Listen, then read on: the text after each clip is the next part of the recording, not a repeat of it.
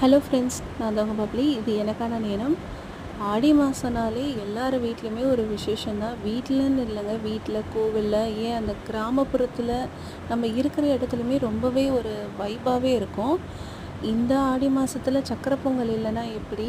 So அதனால் ஆடி வெள்ளிக்கு வந்து நான் வீட்டில் வந்து சக்கரை பொங்கல் வந்து செஞ்சுருந்தேன். வாங்க, இது எனக்கான நேரம். ஆஃப்டர்நூனே வந்து ஒரு 50 கிராம் பச்சரிசி, 25 கிராம் வந்து பாசிப்பயிறு கழுவி வாஷ் பண்ணி ஊற வச்சுட்டேன். ஸோ இப்போ வந்து அளவாக தண்ணி வச்சு பொங்கல் வந்து வைக்க நான் ஸ்டார்ட் பண்ணிட்டேன். ஸோ பொங்கலும் வந்து நல்லா பொங்கி வழிஞ்சிச்சு. இந்த ஸ்டேஜில் வந்து பார்த்தீங்கன்னாக்கா கொஞ்சமாக கெட்டி பதத்துக்கு வந்தாலே வெல்லமும் ஆட் பண்ணி நல்லா மிக்ஸ் பண்ணிக்கோங்க. வெல்லம் வந்து ஒரு 100 கிராம் வெல்லம் வந்து நான் யூஸ் பண்ணியிருக்கேன். நான் பாகு வெல்லம், நீங்கள் எந்த வெல்லம் வேணாலும் எடுத்துக்கலாம். சைட் பை வந்து கீ விட்டு முந்திரியும் திராட்சையும் அதில் போட்டு பொரித்து அதில் வந்து ஆட் பண்ணிடலாம். சாமிக்கு வந்து பிரசாதம் பண்ணுறதுனால இதில் வந்து என்ன ஒரு ஸ்பெஷாலிட்டினாக்கா, நம்ம சாதம் வேக வைக்கிறப்போ ஏலக்காய் வந்து போடுவோம்.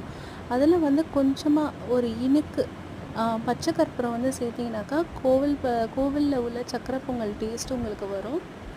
கண்டிப்பாக இதை ட்ரை பண்ணி பாருங்கள், ரொம்பவே நல்லாயிருக்கும்.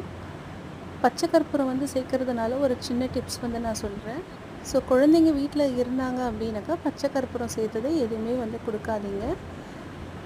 ஸோ வாங்க, இது எனக்கான நேரம்.